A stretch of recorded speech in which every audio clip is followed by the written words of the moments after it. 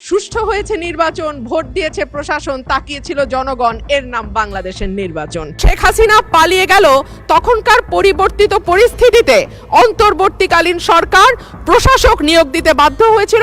Vote দিয়েছে প্রশাসন আর তাকিয়েছিল জনগণ। সংসদে দাঁড়িয়ে এমন বিস্ফোরক মন্তব্য আবারও আলোচনায় রুমিন ফারহানা। তবে এবার শুধু নির্বাচন নয়, তিনি টেনে আনলেন শেখ হাসিনার সময়ের রাজনৈতিক বাস্তবতাও। প্রশ্ন উঠছে, সবকিছু কি সত্যি বদলেছে নাকি এই গল্প নতুনভাবে শুরু হচ্ছে? জাতীয় সংসদ দেশের সবচেয়ে গুরুত্বপূর্ণ জায়গা, কিন্তু সেই সংসদে উঠে এসেছে এমন কিছু কথা যা এখন পুরো দেশে আলোচনার ঝড় তুলেছে। ব্রাহ্মণবাড়িয়া 2 আসনের সংসদ সদস্য রুমিন ফারহানা তার বক্তব্যে সরাসরি তুলে ধরেন অতীত ও বর্তমান দুই সময়ের চিত্র। তিনি বলেন, দীর্ঘদিন ধরে দেশের মানুষ তাদের ভোটাধিকার থেকে বঞ্চিত ছিল। জাতীয় নির্বাচন থেকে শুরু করে স্থানীয় নির্বাচন, সবখানেই ছিল অভিযোগ, ছিল প্রশ্নবিদ্ধ প্রক্রিয়া। আর সেই বাস্তবতা বোঝাতেই তিনি একসময় বলেছিলেন, সুষ্ঠু নির্বাচন হয়েছে, ভোট দিয়েছে প্রশাসন আর তাকিয়েছিল জনগণ। এই বক্তব্য শুধু ব্যঙ্গ ছিল না, এটি ছিল শেখ হাসিনার আমলের নির্বাচনী ব্যবস্থার একটি কঠিন প্রতিচ্ছবি বলেই দাবি করেন তিনি।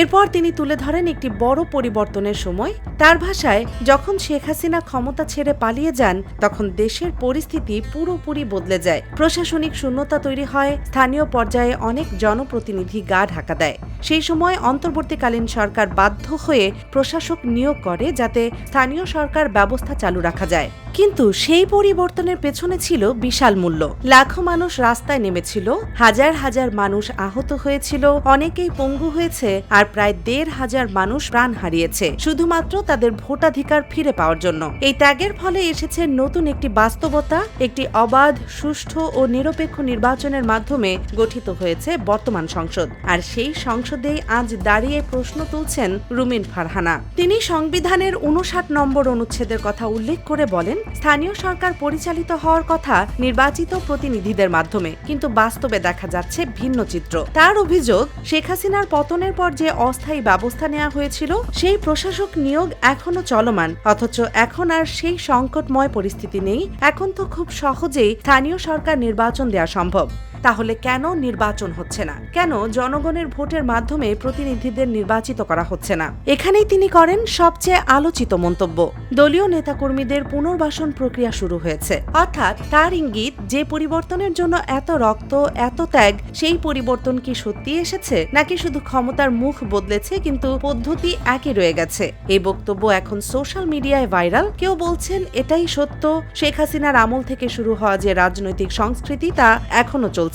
আবার কেউ বলছেন এটা অতিরঞ্জিত, রাজনৈতিক উদ্দেশ্য প্রণোদিত বক্তব্য। কিন্তু প্রশ্নটা থেকে যাচ্ছে, যে মানুষগুলো জীবন দিল, যারা রাস্তায় নেমেছিল শুধুমাত্র একটি সুষ্ঠু ভোটের আশায়, তাদের সেই স্বপ্ন কি পূরণ হয়েছে নাকি এখনো ভোট দেয় প্রশাসন আর তাকিয়ে থাকে জনগণ? আপনার কি মনে হয়, শেখ হাসিনার সময়ে সেই বাস্তবতা কি বদলেছে নাকি এখনো একই চিত্র চলছে? কমেন্টে আপনার মতামত জানান।